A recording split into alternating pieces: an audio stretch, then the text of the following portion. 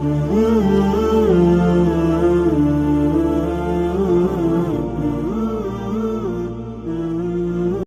سے شام تک اگر اسی نفس کی باتیں مانتے جائیں گے تو خرابی کرے گا۔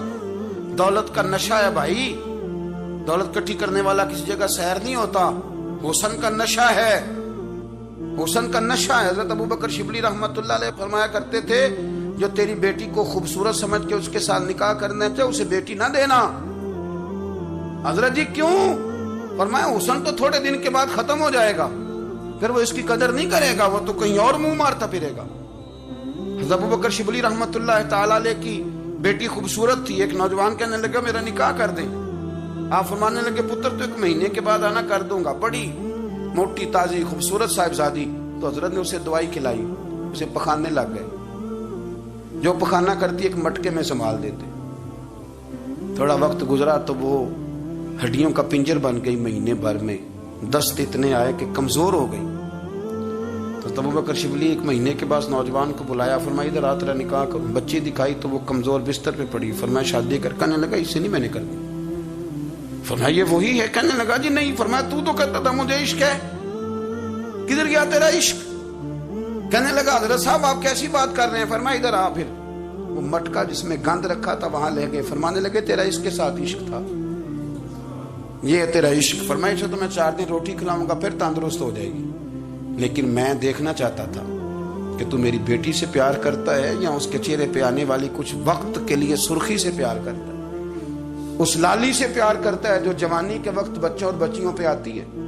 کس چیز کے دل دادا؟ یعنی کیا مطلب؟ نفس کی غلامی، سراسر غلامی، اور پلٹ پلٹ کے اور بڑے بڑے سیانے بندے چھوٹی سی خواہش کے لیے، بڑا سمجھدار آدمی، بڑا سیانا بندہ۔ میں ایک بڑے بزرگ عالم تھے، میں ایک دفعہ ملنے گیا تو پائے پکا رہے تھے، خود پائے پکا رہے تھے، تو وہ بڑے پیار کی بات ہوتی ہے نا جی، تو تامت باندھی ہوئی اور بڑی جناب خستہ حالی، اور وہ پائے پکا رہے ہیں۔ تو میں نے ان سے کہا، میں نے کہا حضرت جی پائے تو کسی اور نے بھی پکا لینے تھے، آپ بخاری لے کے بیٹھتے، چلو میری طرح کا کوئی بندہ آپ سے استفادہ بھی کر لیتا۔ اب پائے آپ لائیں گے، پھر پکائیں گے، پھر آپ کھائیں گے، تو یہ تو 24 گھنٹے آپ کسی کام میں گزر جائیں گے۔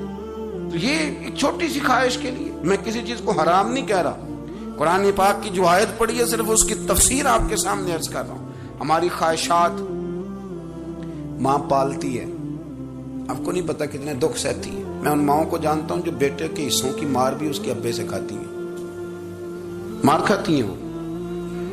ایک خاتون ایک کان سے سنتا نہیں، میرے پاس ایک دفعہ آئی، کہنے لگی 60 لگ گئی سی، کوئی دعا کر دیں یا کوئی وظیفہ پر، ڈاکٹر کہتے ہیں ٹھیک نہیں ہو سکتے۔